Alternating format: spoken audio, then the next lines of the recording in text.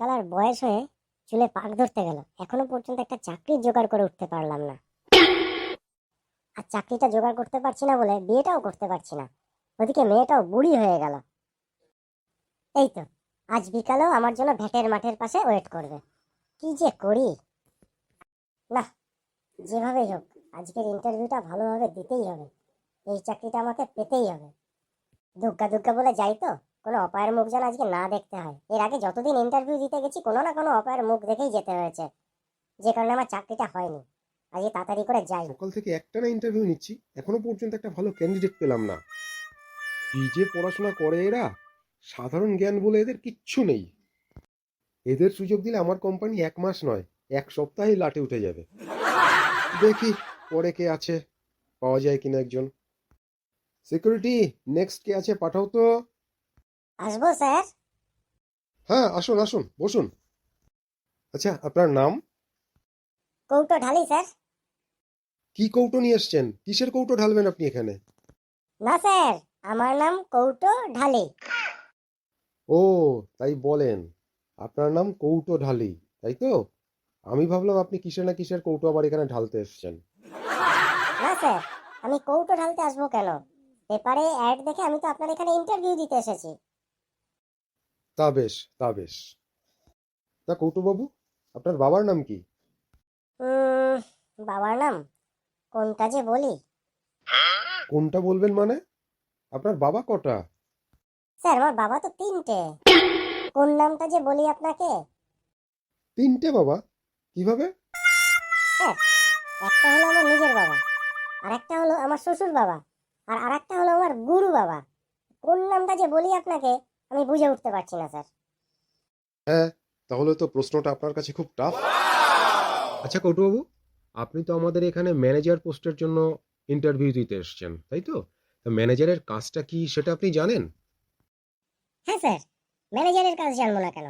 ম্যানেজারের কাজ হচ্ছে চেয়ারে সারাদিন বসে থাকা, আর সামনে কম্পিউটার বা ল্যাপটপ থাকলে সারাদিন ইউটিউব আর ফেসবুক থেকে সময় কাটানো, আর সময় মতো লাঞ্চ আর চায়ের অর্ডার দেওয়া, এই তো। বাহ বাহ, আপনার তো ম্যানেজারের চাকরির হেভি অভিজ্ঞতা। বাই দ্য ওয়ে, আপনি কতগুলো চাকরির ইন্টারভিউ দিয়েছেন? 24.5টা স্যার। 24.5টা মানে? স্যার, গতকাল পর্যন্ত 24টা দিয়েছি আর আজকেরটা চলছে, এখনো ফুল কমপ্লিট হয়নি, তাই স্যার 24.5টা। বাহ, আপনি খুব সুন্দর কথা বলেন তো। তাহলে আমরা ইন্টারভিউটা শুরু করি।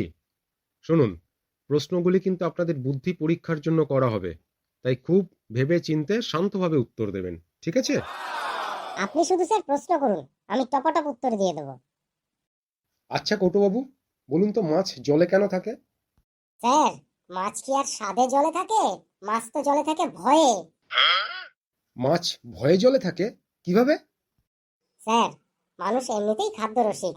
এমনিতেই মানুষ সাপ, ব্যাঙ, টিকটিকি, গিরগিটি, আরশোলা, কেঁচো, পিঁপড়ে কিচ্ছু ছাড়ে না। তারপরে মাছ যদি টাঙায় থাকতো, তাহলে কি মানুষ মাছকে সহজে ছেড়ে দিত? মাছ কবে বিলুপ্ত প্রাণীতে পরিণত হয়ে যেত। জলে লুকিয়ে আছে, তাই এখনো পর্যন্ত কিছুটা সেফ আছে। অসাধারণ উত্তর, অসাধারণ। আচ্ছা কৌটোবাবু, আপনার জন্য সেকেন্ড কোশ্চেন। বলুন তো, ডানা আছে তবুও কোন পাখি উঠতে পারে না? স্যার, মরা পাখি। ডানা আছে কিন্তু যেহেতু মরে গেছে তাই সে আর উঠতে পারে না। ওহ, কি জবাব! আপনি তো দেখছি ইন্টারভিউর জন্য ভালো প্রিপারেশন নিয়েই এসছেন। আচ্ছা কৌটোবাবু, আপনার চাকরিটা কেন প্রয়োজন? আমার মায়ের জন্য স্যার। কেন? আপনার মায়ের সঙ্গে এই চাকরির কিসের সম্পর্ক? গভীর সম্পর্ক স্যার, গভীর সম্পর্ক। আসলে মা এই বয়সে আর একা সংসারের কাজ করে উঠতে পারছে না, তাই ভাবছি চাকরিটা পেলে একটা বিয়ে করব, তাতে মার কাজের কিছুটা আসান হবে। কেন? আপনি বিয়ে করেননি? একটু আগে বললেন শ্বশুর বাবার কথা। না স্যার, এখনো বিয়ে করে উঠতে পারিনি। ওই এখন থেকেই শ্বশুরকে বাবা বলা প্র্যাকটিস করছি, তাই আমি আপনাকে বললাম। ও, তার মানে আপনি এখন প্রেম করছেন, প্রেম পর্বে রয়েছেন, তাই তো? হ্যাঁ স্যার। কটুবাবু, ধরুন আপনার গার্লফ্রেন্ড মারা গেল, আপনি কি করবেন? স্যার, আমি ধরাধরি ছেড়েই দেব। তাও যদি আপনি জোর জবরদস্তি করেন, তাহলে আমি রাস্তায় শোয়া প্র্যাকটিস করবো স্যার। রাস্তায় শোয়া প্র্যাকটিস করবেন? কেন?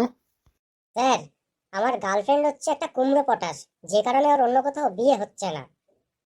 তা ওকে বিয়ে করতে পারলে ওর বাড়িটা আমার হয়ে যাবে, আমার একটা থাকার জায়গা হবে।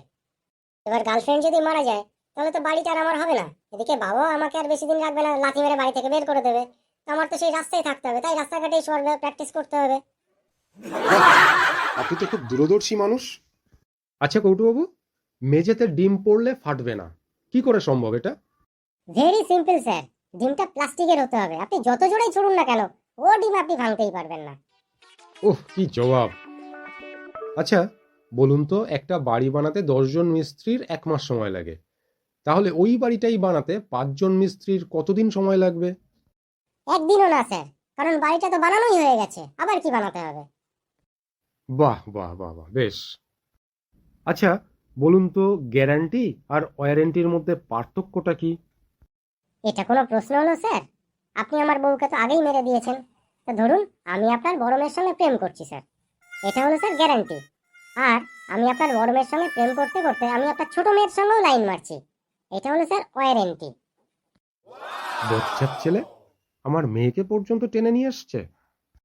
আচ্ছা বলুন তো, আমাদের এই সৌরজগতে গ্রহ কটা? একটাই স্যার, পৃথিবী। আমি আবার কোনো কিছু নিজের চোখে না দেখে বলি না।